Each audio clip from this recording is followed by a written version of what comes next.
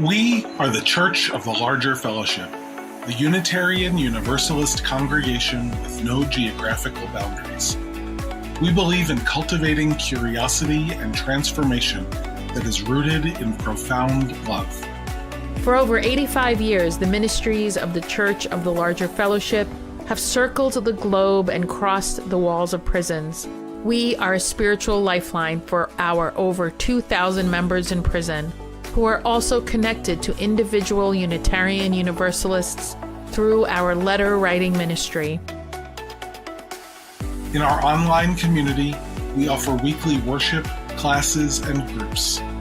Our monthly magazine, Quest, supports the spiritual lives of thousands around the globe. We know better than anyone how deep and meaningful connections can be formed even from a distance. We are proud to be a leader in this faith movement, and we invite you to get involved in our ministry. We strive to be a place where anyone from anywhere can find spiritual refuge anytime they need it. Welcome to the Church of the Larger Fellowship. We are so excited to bring you an all-new episode of the Voices of Unitarian Universalism, known affectionately as The View. The View is a weekly Unitarian Universalist talk show discussing important faith-based topics from an anti-racist, anti-oppressive, and multicultural perspective. Since 2013, we have gathered every Thursday from September to June to welcome guests from around the world. Our guests are writers, scholars, activists, and religious thought leaders who are shaping Unitarian Universalism and society for the 21st century and beyond. We hope that today's show inspires you. We hope it builds your faith and gives you perspective to see the power of Unitarian Universalism at work in your life. Welcome to The View. And welcome, everybody, to the Voices of Unitarian Universalists. We are very excited. We have a great show today. I am Reverend D.C. Fortune. I use he, him pronouns, and I am coming to you from Auburn, Maine, at the banks of the Androscoggin River, so named for the original inhabitants of this beautiful state, and home to the Penobscot, Micmac, and I always get it wrong because it's got too many K's in it, but Passamaquoddy and some others. Anyway, I'm sorry. I'm nervous. I'm a little bit of a nervous because I don't usually do the lead part here. Usually this is where I sort of get my shit together while other people talk smart. So welcome. This is episode 486 of The View, and we've got a little bit of snow here in Maine, but we're ignoring it because it will go away. Michael, how are we over there a little bit south of Maine? Hi, everyone. Reverend Dr. Michael Tino here, joining you from Peekskill, New York, on the banks of the Hudson River, the land of the Kitchewan, Wappinger, and Munsee Lenape peoples. Spring is springing, like it is pushing through winter with all her might. The crocuses are blooming, the daffodils have budded, and it's still cold. It's still too cold. So I'm waiting for the 70s to come back, or at least the 60s. Right now, we're hanging out in the 40s and 50s and 30s and stuff, and it's okay. It's okay, because the 40s and 50s are keeping the trees from blooming, and that's when they try and kill me, as we know, every spring here on The View. So I'm doing okay. Life is okay. It's a 3-day weekend from school starting tomorrow for Eid al-Fitr. So Eid Mubarak to those who are celebrating the end of Ramadan tomorrow. And life is good. Aisha, how are you? I'm Aisha Hauser, and I come to you from the land of the Coast Salish people, also known as Seattle, Washington. It's great here. I don't know what to tell you. It's the Seattle weather. It's really unremarkable. I was in Portland over the weekend preaching about abolition at the Portland UU Church. I am super excited about today's show. I've been following Daniella for a couple of years now, and I have the Uncultured. I'm listening to it. I have the book, but I think I lent it out. So I was looking for it all over my house. But so excited. Now I have to remember to call my mother because I forgot it was Eid. I was raised, she is still Muslim. I am not. So I got to remember. She will love that. I will remember to call her and wish her happy Eid. So yay. So excited for today. Yeah. So real quick, at the beginning of each program, we like to do a quick UU roundup to see what's going on. I think we're skipping We're that skipping today. that? We're going Perfect. right Okay. to Daniella. No UU nonsense. All right. Who So gives a shit? We're going to talk to right. Daniella.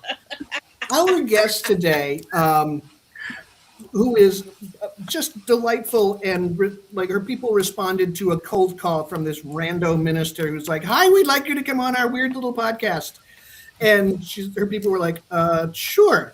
Daniella Mestyanek Young is an author and a survivor of growing up in a cult, and has written a couple of books. The first one was a memoir. It was called Uncultured. It was about growing up in the Children of God cult in the 80s and 90s. And I found this one to be like it was, the language was easy to read if the content was really hard, just absolutely raw and honest and beautiful. And the second one has recently come out called The Culting of America. And this is about how cults operate sort of at a meta level. Is that the right word? At a macro level in politics. And how cultures happen and shift and do all that sort of stuff. And so anyway, Daniella is here with us today, also known as the Knitting Cult Lady on all of the socials. Daniella, welcome. Welcome. Thank you so much. It's like, I know he's actually a fan because he got Mestyanek correct. Well practiced. I think one of the things about Uncultured, I want to just dive in because a lot of it, as to DC's point, it was so emotional because I didn't grow up in the Children of God cult. I grew up kind of in the cult of my family, and the way my mother practiced Islam, like her version of it was very, like, a lot of God is always mad at me. Everything I do is going to get me in trouble by the adults around me.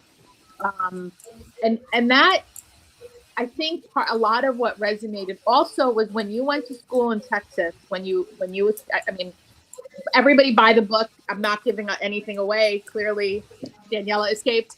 But your kind of re-entry, I'm an immigrant. I was born in Egypt, and my first language is Arabic. So what resonated for me was your experience navigating. If in many ways you also were an immigrant to this country, and in the public school and kind of the isolation and feeling like almost like an alien.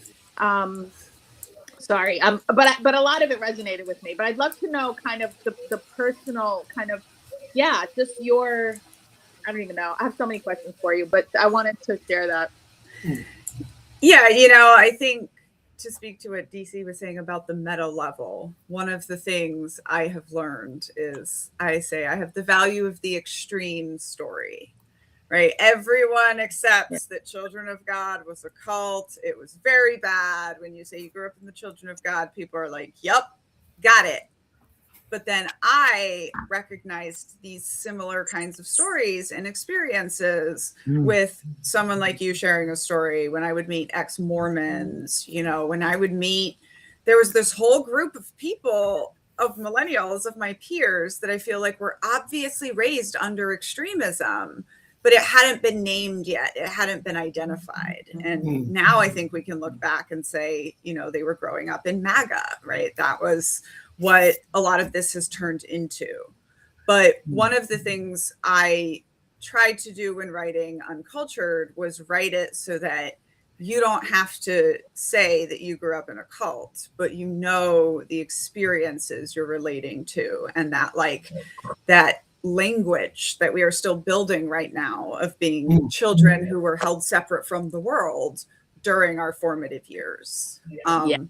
And the perception that I'm an immigrant, like that has been a really hard part of my journey too, because I did, grow up in a cult abroad. And so I felt like, oh, I'm just from somewhere else. But it doesn't matter that I spent a decade in Brazil as a child. Like, I'm also not from Brazil, so there's really nowhere that I fit. And I've had to go on this journey that starts in Uncultured with being like, I'm the girl from nowhere.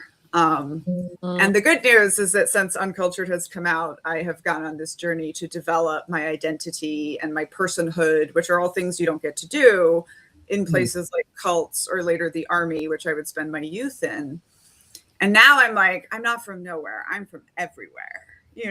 I can have elements of all of this in who I am because I get to be whoever I want today.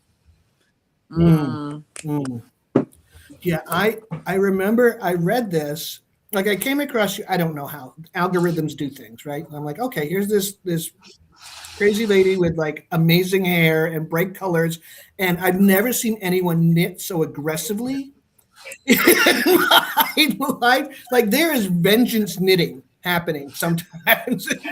It's just like, oh, I don't want to get anywhere near this lady with the stabby things. Jeez. But I read this and I was like, I read the like part about growing up in the family, and then the writing so brilliantly shifted the attention to and this is a thing that like lots of trauma survivors, it's like a superpower of trauma survivors, is that we can recognize patterns. Yes. Right? And you trained that lens then on the culture and the patterns in the army. And it was easy for my brain to then jump ahead and say, oh, hell's bells, we're seeing this writ large on the national scale with the MAGA stuff. And so there's a part of me that's just like, as a minister, I'm like, how are you doing with all of your trauma processing? Because that's not small work. Yeah. I think I am on the downside of it, or on the like coming out of, right? I think got the worst of it done. Yeah. Decade of deconstruction. I have sort of identified like a 3-part model to leaving a cult, right? And I say the step one is having the crack in the brainwashing and then physically and mentally leaving. And that's all we think of as a society when we think leaving a cult. Like you do that, you're done. Right. And so that's what I thought I was supposed to do. And I just put my head down and went to school and went after a career and went. And, fortunately and unfortunately for me, I went into a career where my pattern recognition made me great as an intelligence officer. Right. But all of the trauma definitely doubled down. And it was very triggering to me to be, back on a compound behind walls that I couldn't leave with men who were dangerous to me everywhere. And so I had a lot more doubling down on the trauma, and I think it broke me pretty young. And that's the downside of the book, or the part of the end of Uncultured, is kind of me breaking from the trauma. Now, and so then you get to the second phase, which is the decade of deconstruction, and it starts when you start it, right? Like I refused to start it for a decade, and then I finally had to. So then I started facing things, and I started telling people about it, and, doing all of these things that led me to now writing 2 books and kind of making this my life's work. But, I had a lot of time and space for healing. Like, fortunately, I got into an army program where it was about healing, and I got to spend a year basically listening to audiobooks and painting. And I got to go on a journey of self-discovery after I left the military, and was lucky enough to find a life partner who's been very supportive in all of this.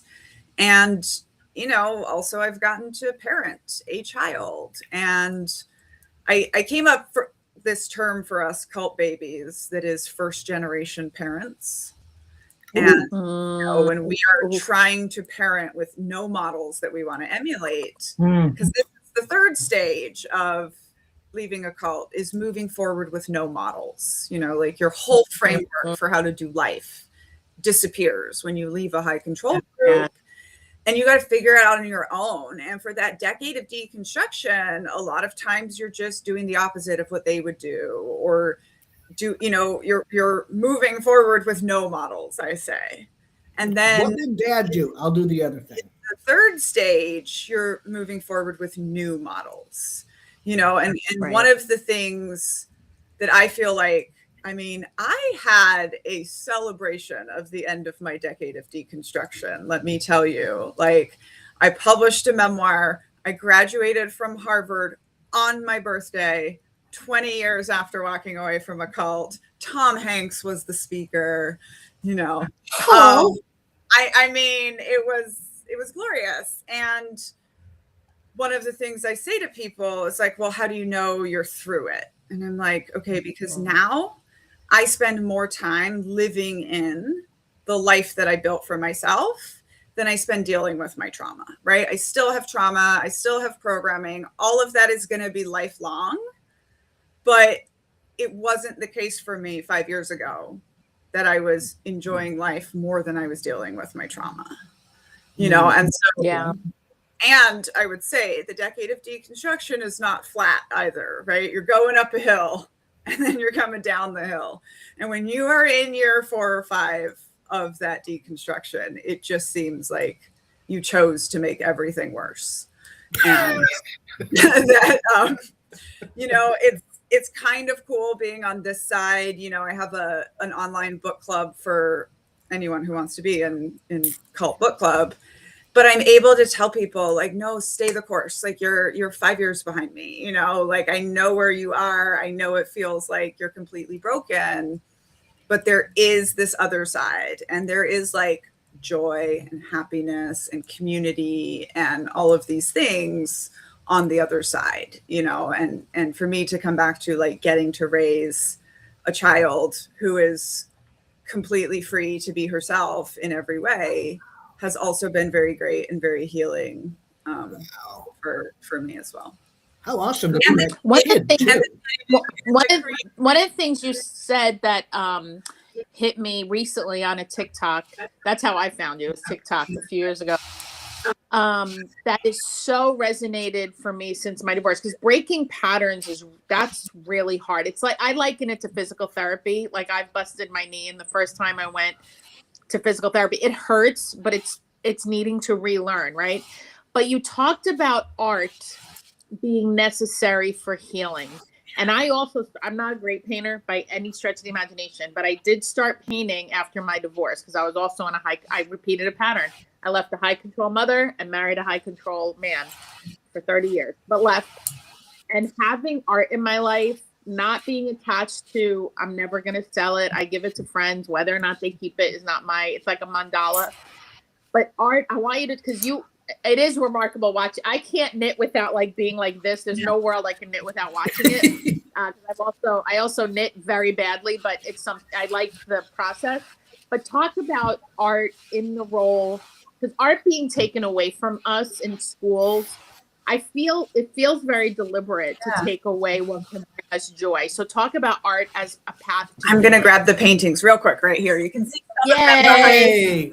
Yeah, I saw she showcased the paintings a little while ago, and they were just absolutely stunning. One of the things I will say is that doing art while you are healing is so important, because you might not even know what you're doing, but you're opening yourself, right, in order to do this healing. And you're very vulnerable when you are opening yourself like that. So I did this series of painting that I swear I just thought was about my journey to love my curly hair. Right. And now I'm like, this was uncultured before I found the words. Right. Wow. This one I call Stolen Potential. And that is an outline of my child.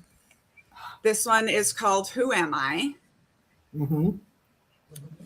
This one is called Whoever the F I Want. Excellent. Oh, you can sit back here, Daniella. It's fine. And this one is called Healed. And, I had a very interesting journey with this one, because when I wrote it, I think right now I'm in between these two stages, right? Okay. But when I did this painting series, I was here, and I would look at this one and I would say, oh, it's more hazy, right? It's because that part of my life is unfinished, like it's in the distance, right? The colors are muted. And then one day, as I'm going through my journey, right, I look at her and I just go, oh no, she's healed. That's what she is. And I say this to people also because sometimes as we are healing and being open and being vulnerable, and we will find great community, but sometimes our regular non-trauma friends, they think that we are going to someday just be fixed. Oh, you're better at it, right? No, we're going to be healed cult babies. We're going to be healed trauma survivors.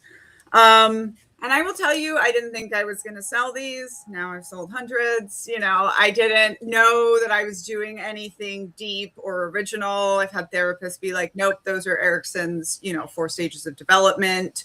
Even using rainbow colors, right? Like she has no race. She can be, I love to do this one as a paint and sip night because it's complicated, but it's literally 5 lines and hair, and you can make her look like whatever you want. Nice. So it's a really nice development. And then anyway, I feel like the painting then led me to the writing form of art, like getting it out. And then in doing that and starting to build my brand, I started bringing knitting and what ultimately has turned into like fiber arts, clothing design, healing, has come together in so many ways, especially with like the cultural confusion stuff, so this is something I call a love bomb collar. And I take broken or used jewelry and I put yarn on it and turn it into something else. And I teach people about what love bombing is when I sell them the pattern. But it started because I was in this part of my journey of trying to deal with the fact that there's nothing actually Mexican about me. But for the first 12 years of my life, I thought one man was my father, that man was Mexican. And then I spent the very formative years of being 14 and 15, like growing up in Mexico, being trafficked through Mexico. And so there is stuff that is Mexican about me. And so I found this Mexican artist who did crochet necklaces and, bought her patterns and learned her stuff and then started building on that myself, and like my ethnically white people are from Slovakia, and that part of the world has their own history of doing collars. And so I've been able to like pull these pieces in together of who I am and make it just beautiful and part of something and literally make a living out of it. And it's all been like part and parcel of the healing coming together. And you are also super woke. We need to let everybody know that woke as understand anti-oppression in the way I wish more white people did. Need to say that, and then I'll be quiet because I know I've been talking a lot because I'm such a super fan. Yeah, no, I'm definitely working on it. Thank you. Michael, you look like you were going to say something. I'm struck by this because I'm wondering, are there moments when you look at something you've created as an authentic expression of yourself and notice how beautiful it is and realize what that means about you? Like, is that conscious or is that? I had never thought about it quite that way. I will say it has been like this year or maybe the end of last year that I definitely had a moment with myself. Like I dressed up and it was all stuff that I designed. So sort of what you were talking about. And I looked in the mirror and I was like, you know what? I like her. Like, I like you. And I gave a little talk to myself about that. And I do try to do those things. But, another thing for me that is interesting is that so my mom taught me to knit when I was 5 in the cult, and it was kind of a survival thing for me. When I was 18 in college and my first learning test ever, and they were like, you you have the rare learning form of body kinesic. You're coding things in through movement. And that was when I was like, oh, I can knit. And I bought a book stand and some knitting needles that day. And I knit my way through college, knit my way through the Army. We have an innovation net hanging here off of my 4th floor that is a giant Seahawks blanket that I knit for my husband while I was deployed to Afghanistan as the senior captain in intelligence. So it has been this thread through my life. And oh my gosh, where was I going with that? Oh, so for me, it's like knitting takes the place of taking notes. Like as I am learning, growing, just in this kind of constant thing, I feel like I'm putting my brain or my soul like into the thing that I'm making. And then I send it out into the world and it goes to someone else. And I think that's kind of cool, and it's and also just the crafting backlash to fast fashion and the way it's destroying the world and our personalities, I think is something really cool right now. So this, I make these cult coats out of garbage yarn that I get at thrift stores because people think they can work with it and then they can't. So it's already in the world. I'm buying trash. I'm turning it into something that people are going to keep for their whole lives. When you have this handmade garment or piece of jewelry that you've given to someone. So it's cool to think of sharing, because art is sharing yourself. Art is always political. Art is always about thinking and asking questions. So it's just there are so many levels to hand creating art. And I even tell people, if you think you're not artistic at all, do dot paintings, do paint by numbers, do cross stitch, right. Yeah. They're just creating things in the world right now is so important. I like the brain science of art, and how I have always done creative stuff when I have an assignment, when I have to write a paper, when I have to write a sermon, when I have to think something big and hard. I tell people I once tiled a bathroom while I was writing a paper, right? Because it gave that part of my brain, it kept, all right, the part that needs to be busy, you go over there and play with tiles, while the creative part gets stuff organized over here. And then when it was done, I was able to sit down and write, right? But I had to, otherwise my brain was just getting at cross purposes. So I wanna jump, if I can, to the culting of America, which I was uncultured read so easily. I mean, hard but easy. And then I got here and I'm like, holy shit, this is like a textbook. I've never seen so damn many footnotes in my life. On the other hand, I also marked it up like a textbook. So, oh well.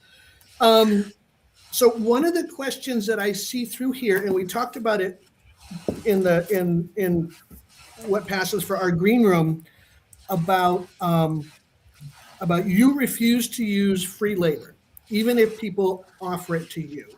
And so one of the questions I had down here was, is it possible to give of oneself in a way that is not exploitive?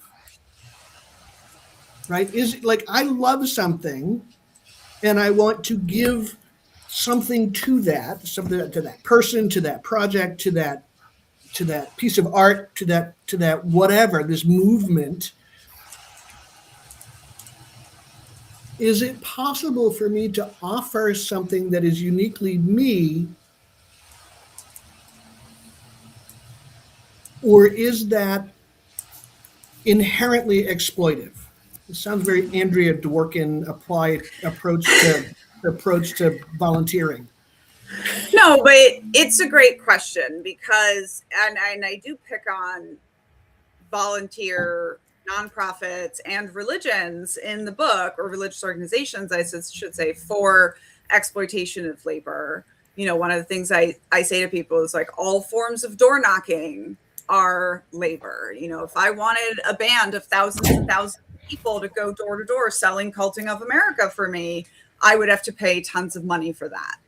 So, I think the first thing to look at is the organization using exploitative or coercive tactics to get this volunteering? And I think children should be used very, very sparingly for volunteering because it's so easy to exploit children and it's so easy to make them think they want to be there. I always say if you would be paying an adult to do that work, you should probably not have a child doing it at all. That part. And so many of our major accepted religious organizations like survive off of the labor of children. Now, can you give of yourself?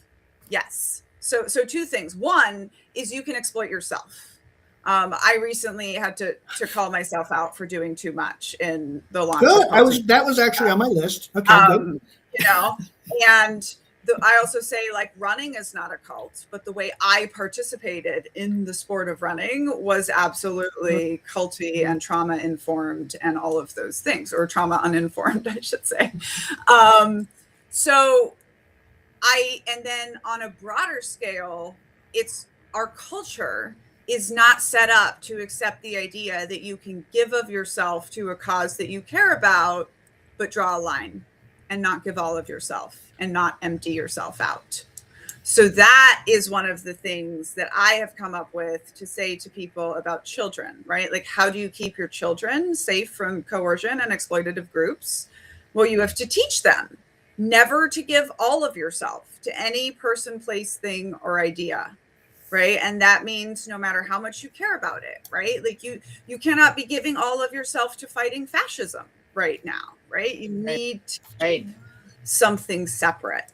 And by the way, so when I have a chapter on the sacred assumption in the second chapter of the book, and this was very dramatically in the middle of the night, sat up and was like, oh, hold nothing sacred, and I was like, this is the problem. And people think that what I don't mean is hold nothing sacred. What I mean is be very, very careful about what you hold sacred, and the things you do hold sacred, know that could be your blind spot, right? So for me, it's hitting children. Absolutely hold that sacred. And so I could be exploited by somebody who showed up here in DC offering to go after legislation to, make corporal punishment illegal in America. And I should know that about myself, and not even that should I devote myself to 100%, but we're not taught that in America. We are taught give 110%, we are taught, and this is just what cults do. It's like, you're always giving, you're always self-sacrificing, and you're not holding anything separate for you. And finally, is it all about children? Go ahead, I sorry. just want to say one more thing about, the research when I was studying organizational psychology, the research on transformational leadership, which is the cutting edge, defined by the follower and the leader both feeling transformed by the experience. That is kind of how I feel about being on my second Army team. Like, the experience was horrible, but I'm better for the experience. And the research shows that, unsurprisingly, women are better at it. And number two, that the leaders who are the best at it are leaders who can be part of an organization dedicated for long enough to have the gravitas, to have the authority, and to have the leadership skills, but can also hold themselves separate. And when I read that, I remember being like, oh, like we all know in the Army, like leaders, usually men who are in the Army or who think they are the Army. Right. Those ones are always the more toxic ones. Yeah. 100%. Like, you have to be able to hold yourself separate. And that's really the only way you're going to protect yourself, because you're never going to spot all of the things, all of the predators, all of the tactics, all of the time.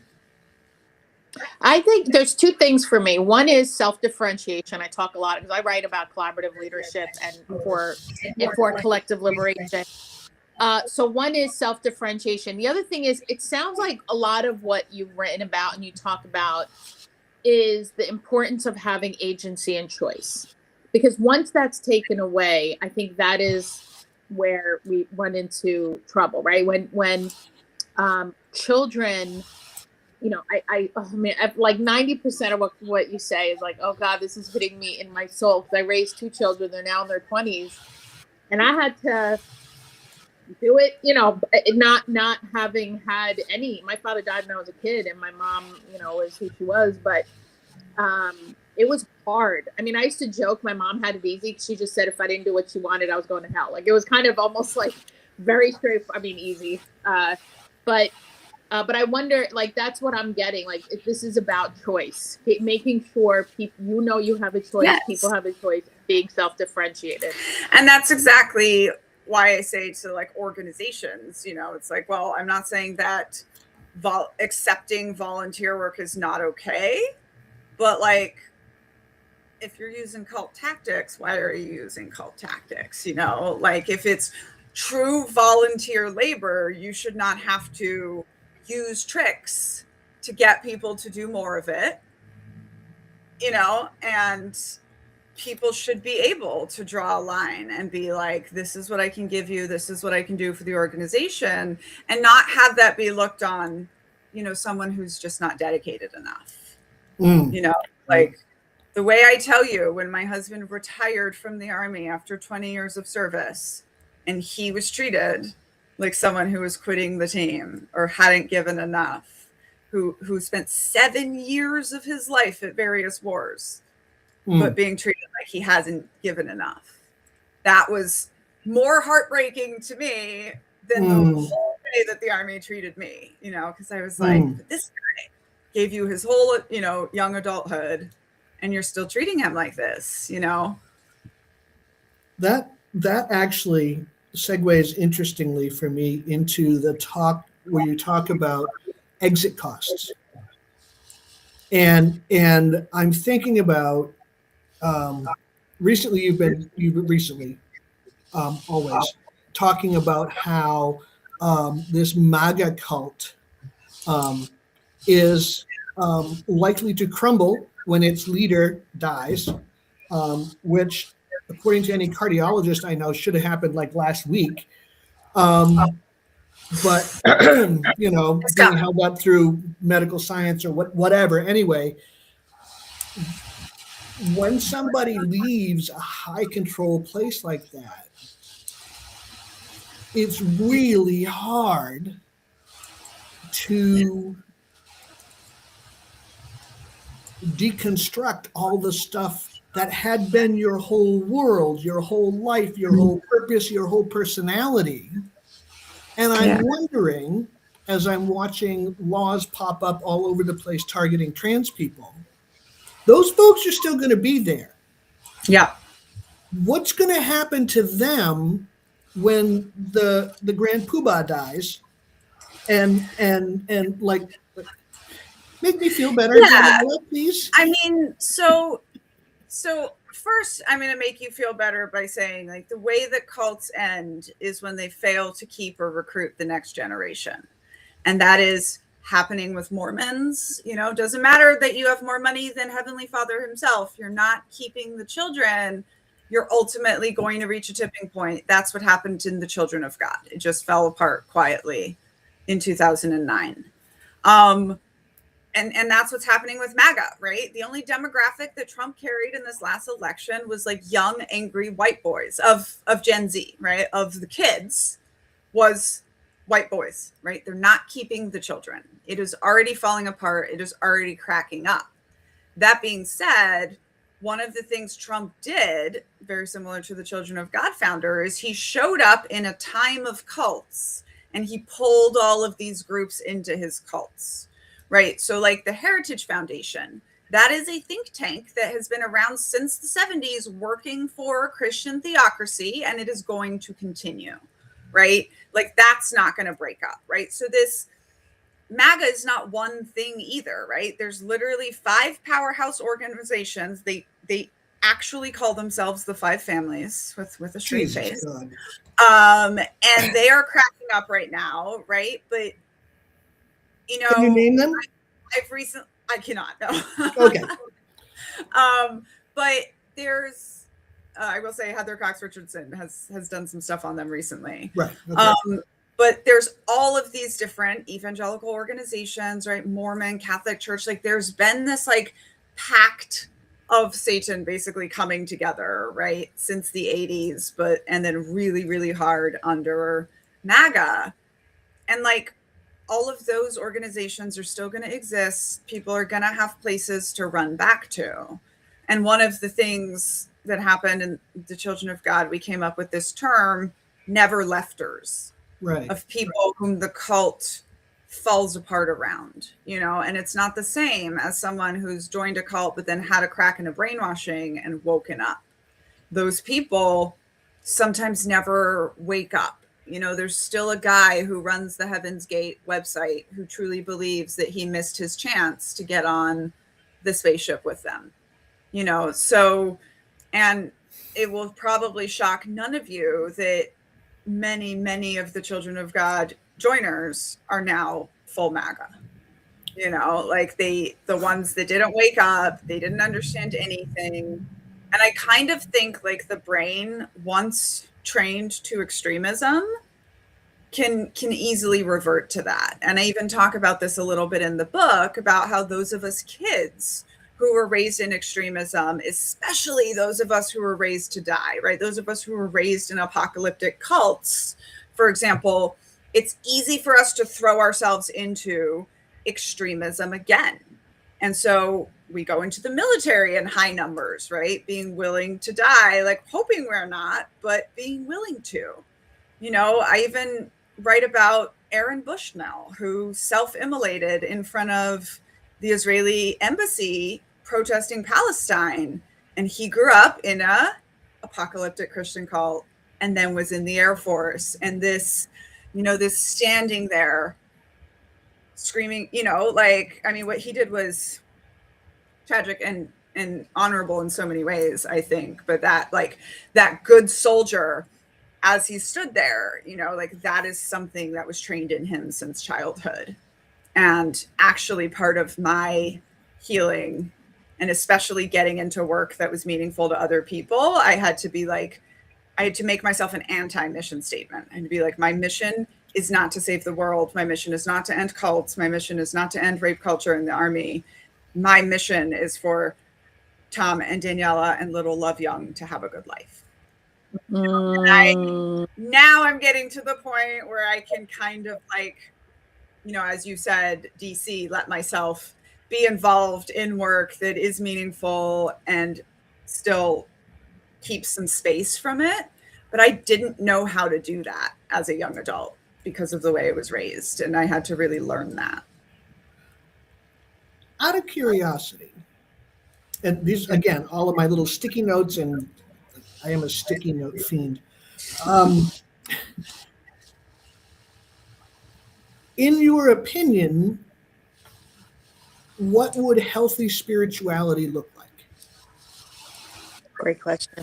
And I understand this is through your own set of filters and experience and social location. So this isn't a gotcha question. This is, I want to know what that feels like. I'm laughing because, you know, to be completely honest, I'm like, I don't know what healthy spirituality looks like. I don't think I have a spiritual bone in my body. I think I'm just a, you know, have always been like a neurodivergent atheist who was born to religious extremists. And I'm so satisfied with the problems on this earth. I don't care, you know, I don't like even astrology. I'm like, I'm 1,000% a Gemini, but no thanks, you know?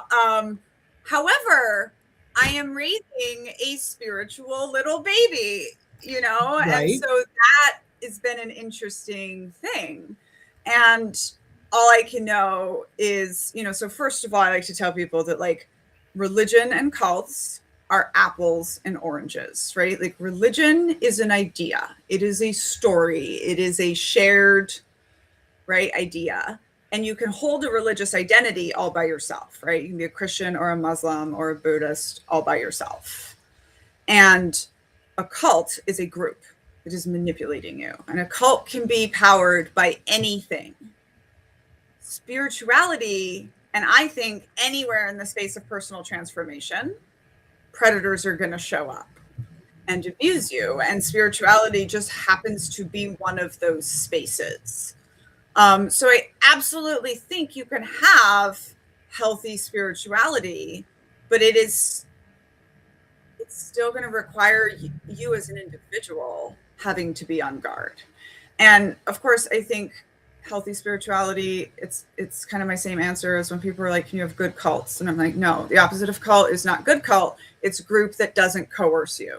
You know, healthy spirituality is just, I think it's very similar to at the end of the book where we talk about community versus groups, you know, and it should be something that feeds you. You know, one of the things I tell my child is, you know, baby, if it's helpful for you to imagine that there is a heaven, awesome. Let's imagine it. Let's talk about it. We do our little mansion in heaven thing. But I tell her, like, nobody knows what is there. Not really. That's why cults always promise space travel. That's a fun part in the book. And then I tell her, like, so never compromise something in this life for something in the next life. You know, and I don't think that healthy spirituality should have you self-sacrificing all of the time. Like, sometimes it should work for you. Sometimes it should fill you up and be, you know, not just a thing that takes from your life, if that makes sense. And I like to talk with folks as a minister about spirituality being a sense of connection to something greater than ourselves. And like, maybe that's God, maybe that's nature, maybe that's the community of humanity, like working toward a liberatory future, like whatever, right? Like we can figure out what that thing is, that like we are not the ultimate in the universe connected to, and that seems right. Yes. For people who like want to position themselves as that thing that's greater than us. And it fits really well with, like, so first of all, my red flags in the end of the book, we have all these charts and fun stuff. And I have like red flags for toxic groups and the guru gotcha checklist for toxic leaders. And a focus on your own uniqueness is basically number one on both, right? Thinking you are special. And the way you explained it, Michael, that's how I always talked about, like, dating Americans. And with my husband, who's a white, straight man, I was like, nope, I will not even talk about getting engaged until we go abroad and I can see how you comport yourself as an American and whether you understand that, like, the world is bigger than you. Wow. Those are the words that I use. That's awesome. So I did a sermon last week. We talked about I talked about fractals and about the Fibonacci sequence and how, you know, Michael, we're Unitarian Universalists. People find the holy in all different things. And I had so many people come up to me after church and be like, yes, there's so much wonder in science, in mathematics, in the natural world. Like, that's where they found that sense of wonder for them. That they don't get that when I'm talking about this piece of scripture or that piece of poetry or that kind of stuff. They were just like, yes, this is how my brain thinks about what is beautiful and magical and math. And I'm not necessarily a math person. Well, but, you know. And this is part of how Max Weber characterized charismatic authority. Like, he was secularizing a concept that exists in religion, which is like God-given gifts or skills or talents. But he says, you know, we needed charismatic authority because science advanced enough that we lost our belief in magic. Right? And, like, right, yeah. Human beings need, I think, a little belief in magic, right? In something, as you said, that is larger than you. Just because we can't explain everything, you know, but also because maybe it, like, otherwise it's too much pressure being. I like the idea of wonder because Like my brain always wants to learn new things. And then sometimes it's really nice to come up against something that is clearly beyond my ability to figure out. And I can just marvel at it, at the complexity or at the simplicity of this beautiful thing that then I can't disassemble into parts. I can't understand it so much that it ceases to be a wonder. Is the Fibonacci sequence the one they figured out with crochet? Yes. Or is that something Yes. else? Yes. Yes. Yes. Where you add the two preceding numbers to get the next one. Yeah. And there's literally a woman scientist who could crochet, and she was like, "Oh, that stumps everybody." She's like, "I don't know how to explain it, but I can crochet it."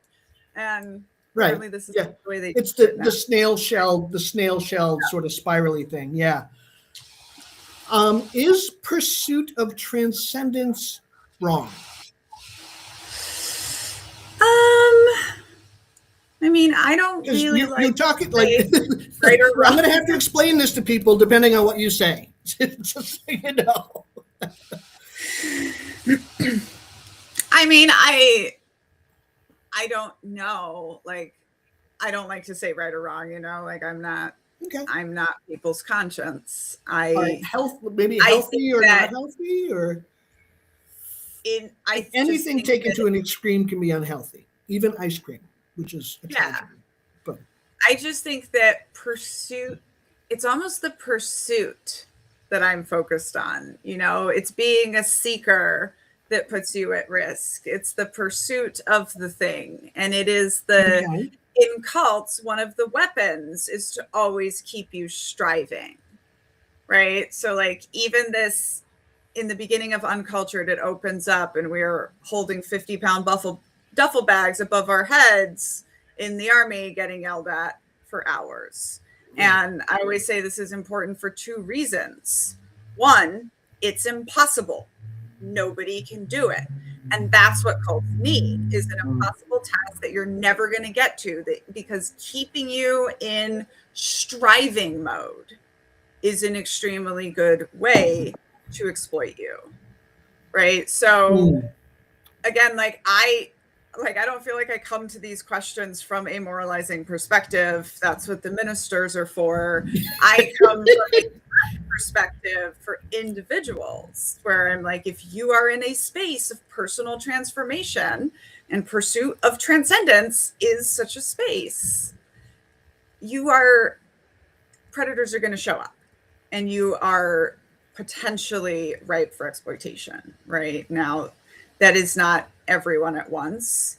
And I like to be very, very clear that there's only one reason that people join cults, and that's because cult leaders build them. Right? Yeah.